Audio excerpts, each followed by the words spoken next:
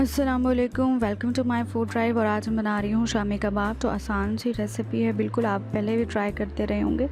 तो ऐसे ही सिंपल से इंग्रेडिएंट को यूज़ करते हुए शामी कबाब बनाएंगे और इसकी रेसिपी मैं आपके साथ शेयर करूँगी। और बहुत ही ऐसे मज़ेदार से जो कबाब हैं वो हम बनाएं। तो आप भी इसको ट्राई कीजिएगा ऐसे इसी मेथड को और इसी प्रोसीजर से बनाइएगा ऐसे इंग्रेडिएंट के साथ। तो चलें चलते हैं, इसकी रेसिपी मैं आपके साथ शेयर करती हूँ। तो सबसे पहले मैंने ले लिया है पैन और इसमें मैं डाल रही हूँ चना दाल। इसको मैंने तकरीबन 1 से 2 घंटे भिगो के रखा था, क्योंकि हम बगैर प्रेशर कुकर के बॉईल करने वाले हैं। चिकन मैं यूज़ करी हूँ 1 kg है और मैंने जिसमें जो बड़ी बोटियाँ होती हैं वो यूज़ की हैं और मैंने बोनलेस नहीं लिया।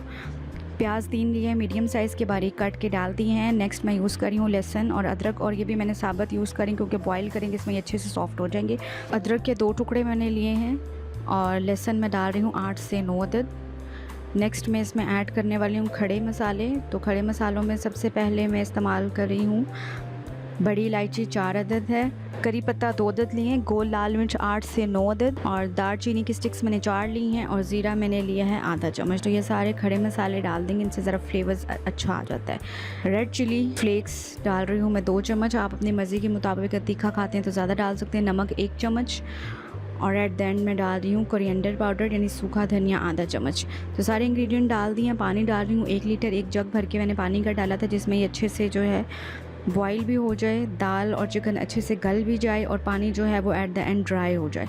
ठीक है, और मीडियम फ्लेम पे इसे मैं कवर करके रख दूँगी। तकरीबन 1 घंटे में जो है ना ये बहुत अच्छे से जो है वो रेडी हो जाएगा। तो फ्लेम ऐसी आपने रखनी है कि एट द एंड जो है ये सब कुछ गल भी जाए और पानी ड्राई हो जाए। तो तकरीबन 1 से 1.5 घंटे में जो है ये बहुत अच्छे से जो है वो गल चुका है, पानी भी ड्राई हो चुका है। तो अभी स्टेज पे जो है मैं चिकन की जो, क्योंकि मैंने बड़ी वाली बोटियाँ यूज़ की थी जिसमें ज़रा हड्डी रिमूव करना आसान हो, तो हड्डी को मैं रिमूव कर लूँगी और इस सबको मैं ब्लेंडर में डाल के ब्लेंड कर लूँगी, नहीं तो आप सिलबट्टे पे इसको पीस भी सकते हैं। तो जी ग्राइंडिंग हो चुकी है। तो अब कबाब बनाने से पहले मैं इसमें डाली हूँ ग्रीन चिली, सब्ज़ मिर्चें और धनिया।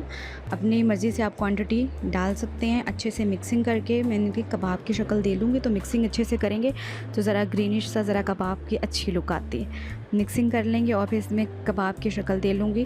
तो अपने मर्ज़ी के मुताबिक जो है ना आप बना सकते हैं, मीडियम साइज़ का या जितने साइज़ का भी आप कबाब बनाते हैं घर में।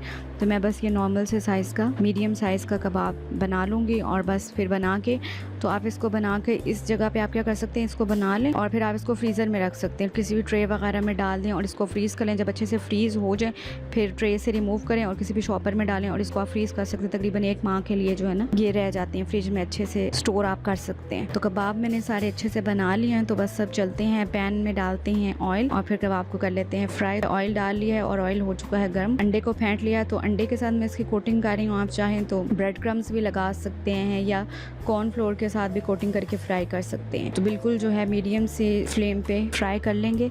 तो ये बहुत बड़े मज़ेदार से लग रहे हैं। ग्रीन ग्रीन सा जो सब्ज़ धनिया हमने एंड पे डाला ना, तो वो बड़ी अच्छी लुक दे रहा है, बड़ी फ्रेश लुक आ रही है कबाब्स की। तो बस ये मज़ेदार से जो कबाब हैं हो चुके हैं रेडी। और दोनों साइड से ज़रा मैं अच्छे से ब्राउनिश कलर दे दूँगी। तो ये धनिया आप देख सकते हैं जो एंड पे डाला है इसीलिए, ताकि ना ज़रा अच्छी सी ग्रीनिश लुक आए कबाब्स की। तो कबाब बिल्कुल बन के हो चुके हैं रेडी। तो आज की वीडियो अच्छी लगी हो तो चैनल को कीजिएगा सब्सक्राइब और मुझे दीजिएगा अगली रेसिपी, अगली वीडियो तक के लिए इजाज़त। अल्लाह हाफिज़।